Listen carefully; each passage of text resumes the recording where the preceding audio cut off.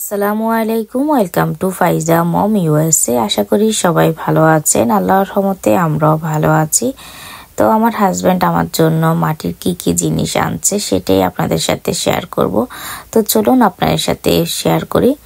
তো এইখানের মধ্যে আমার হাজব্যান্ড আমার জন্য পাতিল আনছে দুটা, এরপরে দুটা ঢাকনা, এরপরে একটা পানি খাওয়ার জগ আর একটা কাপ আর ফ্রিজ।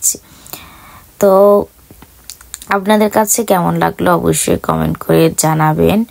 তো আমার অনেক দিনের ইচ্ছা ছিল যে মাটির জিনিসপত্রের মধ্যে রান্না বান্না করব বা মাটির জিনিসপত্র ঘরে থাকবে, এগুলো আমার অনেক সুন্দর লাগে মাটির জিনিসপত্র।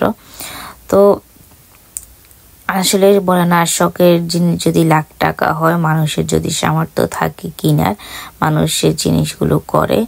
তো আসলে এতদিন তাই সামর্থ্য ছিল না। তো আমার হাজব্যান্ড ফাইনালি আমার জন্য নিয়ে আসছে।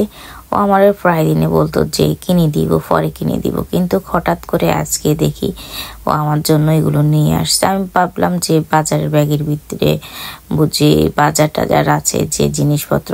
পরে আমি খুলে দেখিয়ে দিই, একটা খুলছি দেখিয়ে দিই মাটির হাঁড়ি পাতিল। তো আমি বললাম হঠাৎ করে যে এগুলো আনছেন, বলে তুমি তো সবসময় বলো যে মাটির হাঁড়ি পাতিল তোমার অনেক ইচ্ছা কিনার, তো সেজন্যই নিয়ে আসছি। আসলে এখানের মধ্যে এগুলোর অনেক দাম পড়ে যায়, কিন্তু মন চায়, কিন্তু চাইলেও অনেক জিনিস করা সম্ভব না। তো আমি সব সময় বাইরে যাইলে ওকে বলতাম যে কিনে দাও না, আজকে কিনে দাও। বলে যে একদিন দেখবা তোমার বাসায় সব কিছু চলে আসছে। আসলে সেদিন আজকে হয়েছে যে সব কিছু আসলে আমার বাসায় চলে আসছে।